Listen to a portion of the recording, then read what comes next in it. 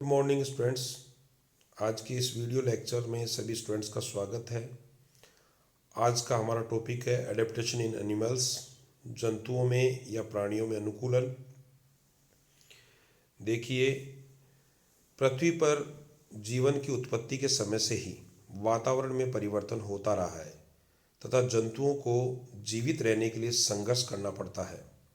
जो जंतु अपने आप को परिवर्तित वातावरण के साथ अनुकूलित कर लेते हैं, वे प्राणी उस अनुकूलित होने के कारण उस वातावरण में जीवित रहते हैं, एवं जो प्राणी उस परिवर्तित वातावरण में अपने आप को अनुकूलित नहीं कर पाते हैं, वो विलुप्त हो जाते हैं, एक्सटिंक्ट हो जाते हैं।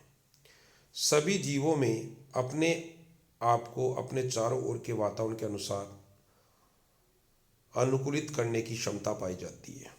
अपने आप को वातावरण के अनुसार परिवर्तित करने को ही अनुकूलन या एडेप्टेशन कहते हैं। या अनुकूलन या एडेप्टेशन वे विशेषताएं होती है जो जंतुओं को उनके आवासों में जीवित रहने योग्य बनाती है। जंतुओं में वातावरण के साथ अनुकूलन करने की क्षमता आमतौर पर पाई जाती है। हक्सले के शब्दों में अनुकूलन सर्वव्यापी है, यानी अडेप्टेशन इज ओमनीप्रेजेंट। प्रत्येक जीव अपने आप को वातावरण के अनुकूल परिवर्तित होने की क्षमता रखता है।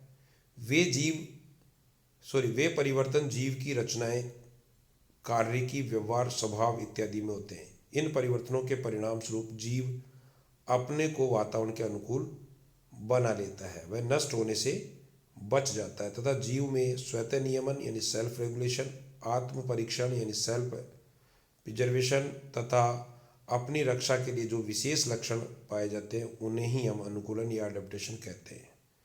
अनुकूलन के कारण जीवों व वातावरण में तालमेल रहता है। लेमार्क ने सर्वप्रथम यह बताया था कि जीव अपने को परिवर्तित वातावरण के अनुसार या अनुरूप रूपांतरित कर लेते हैं।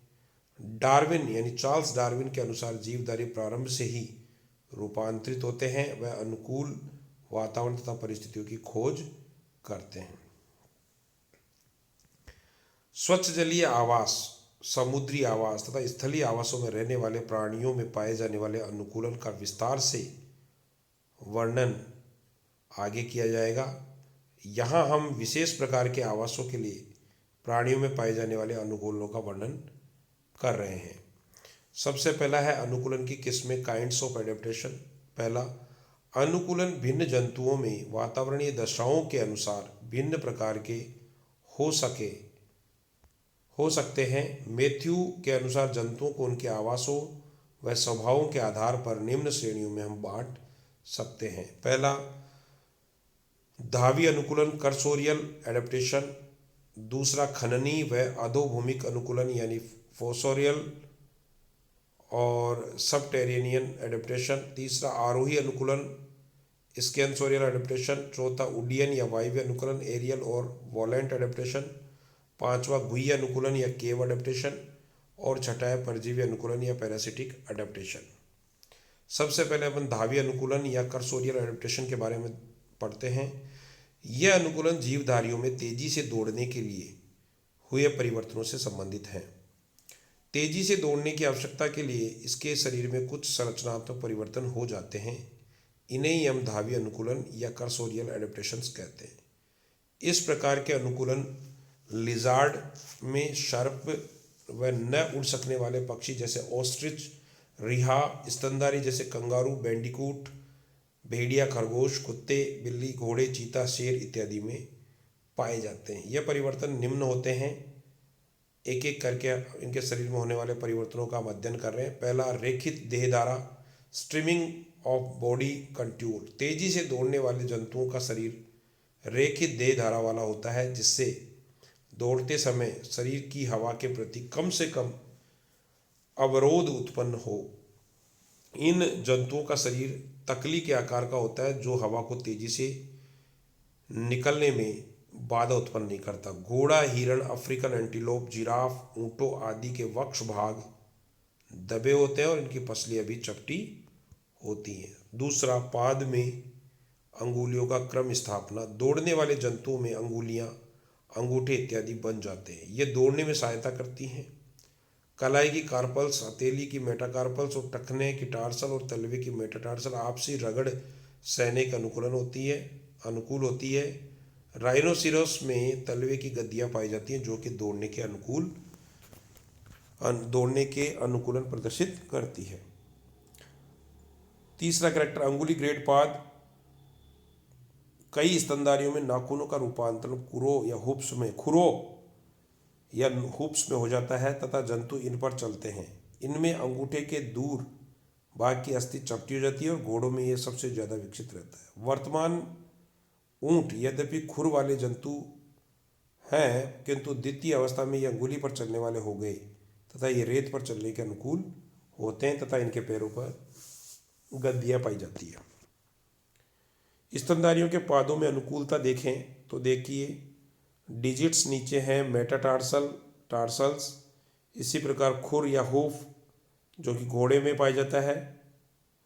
टो बोन्स अंगुलेट्स में देखिए हुप बनते समय, इसी प्रकार पूरा कैनन बोन ऊपर की ओर, इंटरोसस टेंडन्स, फैटलॉक जॉइंट, लिगामेंट और हुप। अगला कैरेक्टर देखिए अल्ना व फिबुला का राशित होना, degeneration of ulna and fibula. दौड़ने वाले जंतुओं की में अग्र भुजा में अल्ना और पश्च पाद में फिबुला बहुत अधिक राशित हो जाती है, रिड्यूस्ड हो जाती है। इनमें क्लेविकल भी राशित हो जाती है। अगला कैरेक्टर भुजाओं के दूरस्थ सिरों का लंबा होना, elongation of distal part of four limbs. दौड़ने वाले जंतुओं में हाथ व पादों के दूरस्थ भाग में छलांग की लंबाई और प्रचलन बढ़ाने के लिए लंबे हो जाते हैं। शक्तिशाली पेशियां इनके निकटतम सिरों से लगी रहती हैं। उनमें सिकुड़ने की गति और शक्ति को बढ़ाने के लिए पेशियां इनमें छोटी और मोटी होती है। अगला कैरेक्टर है द्विपदीय परिवर्तन, बाइपेडल चेंजेज। पक्षियों, मार्सुपियल्स, मनुष्य आदि में द्विपदीय जंतु है और इनमें सबसे महत्वपूर्ण धावी अनुकूलन अग्र भुजाओं का राशित होना है। अर्ध सीधे चलने वाले द्विपदीय जंतुओं में पूंछ सहायक अंग की तरह कार्य करती है और इनमें गिरवा क्या हो जाती है, लंबी हो जाती है।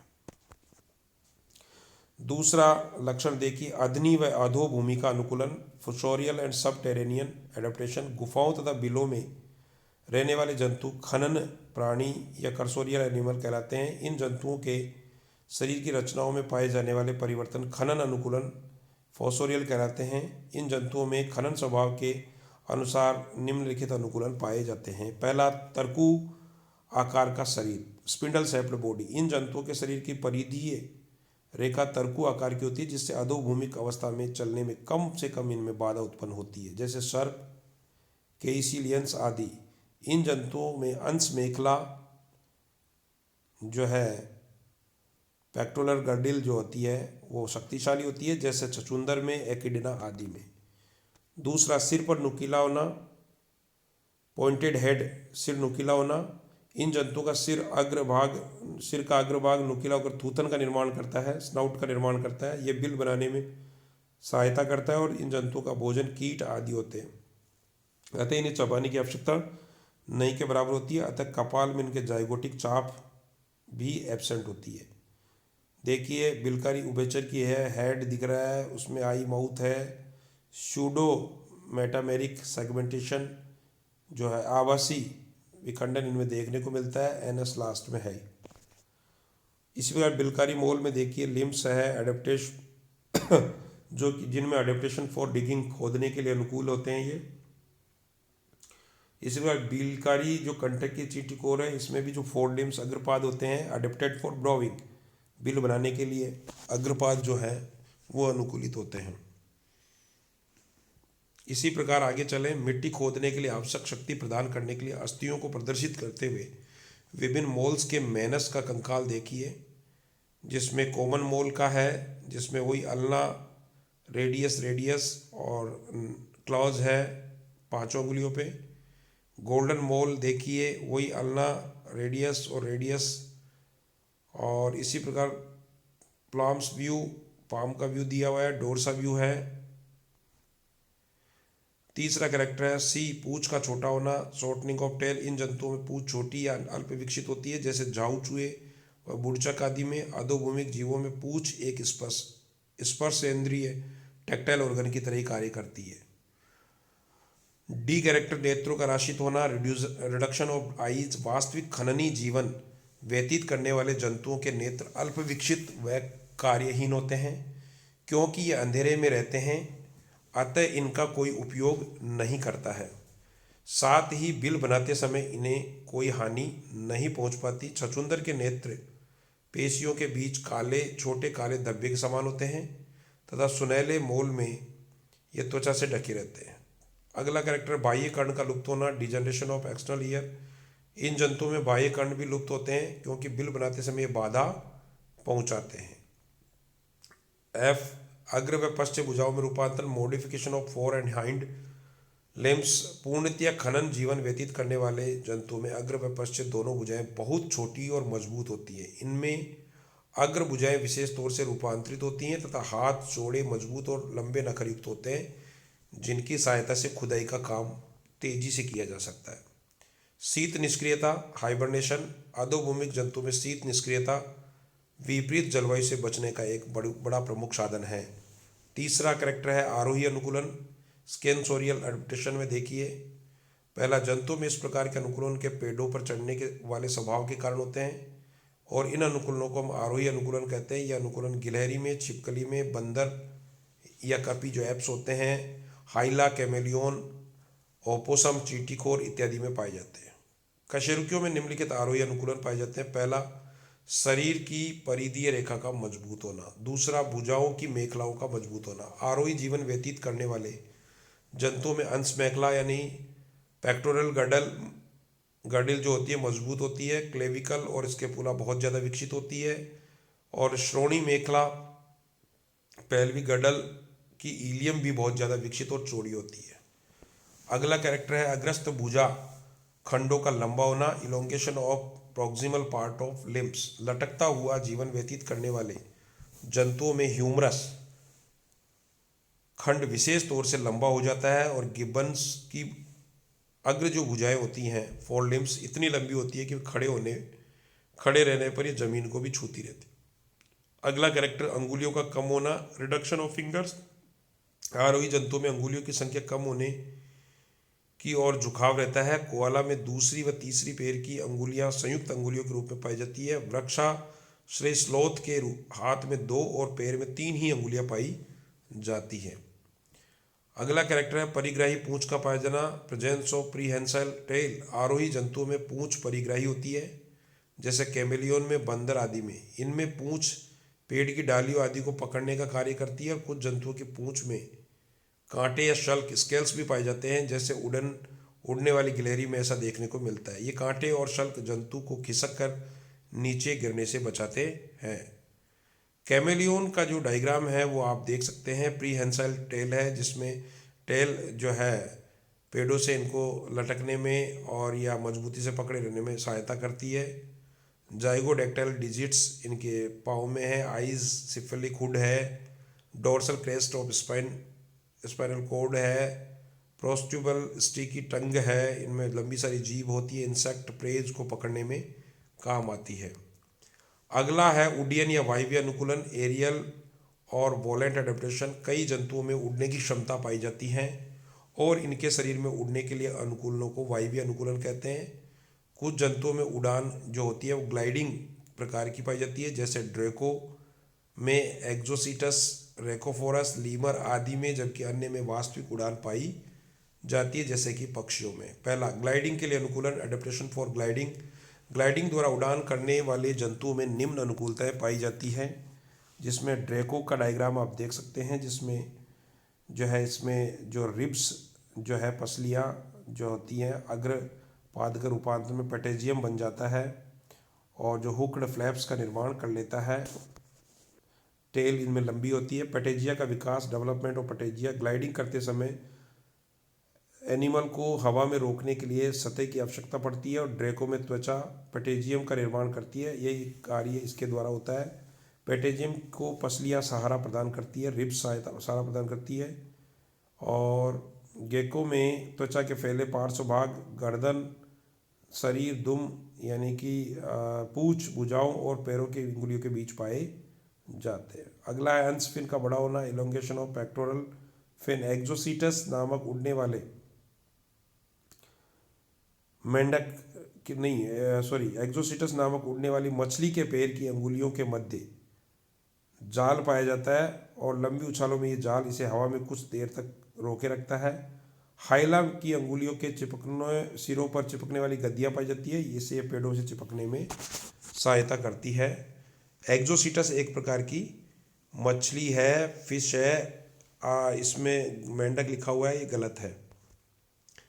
वास्तविक उड़ानों के लिए अनुकूलन ट्रू फ्लाइट एडेप्टेशन। वास्तविक उड़ने वाले जंतु में कीट, पक्षी, उड़ने वाली गिलहरी, चमगादड़ आदि आते हैं और इनमें निम्नलिखित प्रकार के अनुकूलन पाए जाते हैं। देखिए, पंखों का होना, सुप्रवाही व हल्का शरीर होता है और चमगादड़ के अंदर जैसा कि हम जानते हैं इसके अग्रपाद जो है वो पंखों में रूपांतरित हो जाते हैं। सुविकसित पेशियां, वातिल अस्थियां।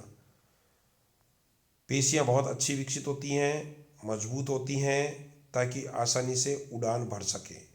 वातिल अस्थियां, इनकी जो अस्थियां होती हैं उनमें अस्थि मज्जा नहीं पाया जाता, उनमें हवा भरी रहती है जिससे ये वातिल होती है और उड़ने में सहायता करती है, वजन को कम करती है। अस्थियों का आपस में मिल जाना जिससे अस्थियों की संख्या कम हो जाती है और वजन कम हो जाता है। रेडियो अल्ना, कार्पो, मेटाकार्पल, स्टार्सल, मेटाटार्सल का लंबा हो जाना, सुविकसित ह्यूमरस और स्टर्नम का होना, दृष्टि, घ्राण एवं स्पर्श संवेदनाओं को ग्रहण करने के लिए सुविकसित संवेदी अंगों का होना। अगला कैरेक्टर है, उड़ान भरने वाले जंतुओं के मस्तिष्क का सेरेब्रम भाग भली प्रकार विकसित होता है। और 11वां है, पिच्छों का पाया जाना, फीदर्स का पाया जाना। 5वां कैरेक्टर है, गुह्य अनुकूलन, केव अडेप्टेशन। गुफाओं में रहने वाले जंतुओं में कई रूपांतरण पाए जाते हैं क्योंकि इनका वातावरण भिन्न होता है। जंतुओं में निम्न गुह्य अनुकूलन पाए जाते हैं। पहला, रंजकता का ह्रास, रिडक्शन ऑफ पिगमेंटेशन। गुह्य जंतुओं में प्रकाश की कमी के कारण शरीर में रंजक या पिगमेंट अनुपस्थित रहता है, उदाहरण प्रोटियस। दूसरा, राशित नेत्र, रिड्यूस्ड आइज। गुहाओं में रहने वाले जंतुओं के नेत्र भी राशित हो जाते हैं, ये किसी अन्य उत्तक द्वारा ढके रहते हैं या अनुपस्थित होते हैं। कुछ जंतुओं में नेत्र अपूर्ण होते हैं तथा कार्य विहीन हो जाते हैं, उदाहरण ट्रिफ्लोट्राइटन में। पतला शरीर, नैरो बॉडी। गुहाओं में रहने वाले जंतुओं के शरीर पतले होते हैं, उदाहरण प्रोटियस। स्पर्श अंग यानी टैक्टाइल ऑर्गन्स। नेत्र के अभाव को पूरा करने के लिए इनके प्राणियों में स्पर्शांग या घ्राण अंग सुविकसित हो जाते हैं और लंबे भी होते हैं, उदाहरण सम्बलियोप्सिस। परजीवी अनुकूलन, पैरासिटिक एडेप्टेशन। परजीविता प्राणियों के मध्य एक विशेष प्रकार का संबंध होता है। परजीवी स्वभाव के परजीवियों में विचित्र प्रकार के संरचनात्मक अनुकूलन देखने को मिलते हैं, जिसमें पहला है सरलतम शारीरिक संरचना, दूसरा प्रचलन अंगों की अनुपस्थिति, एब्सेंस ऑफ लोकोमोटरी ऑर्गन्स, तीसरा संवेदी अंगों व आहार नाल का अभाव, absence of alimentary canal and sensory organs, और चौथा है जनन अंगों का अत्यधिक एवं विशेष रूप से विकसित होना। जो इनके रिप्रोडक्टिव ऑर्गन है वो बहुत ज़्यादा विकसित होते हैं। परजीवित जीवन की एक सफल पद्धति है। परजीवन जीवन की एक सफल पद्धति है किंतु उद्विकास उदाहरण परिवर्तन के लिए ये एक अंधा पथ है। इसमें उपस्थित विशेषताएं तथा राशि परिवर्तन, डिजनरेशन होते हैं, इसको अन्य वातावरण में जीवन यापन में असमर्थ बना देते हैं। Thank you.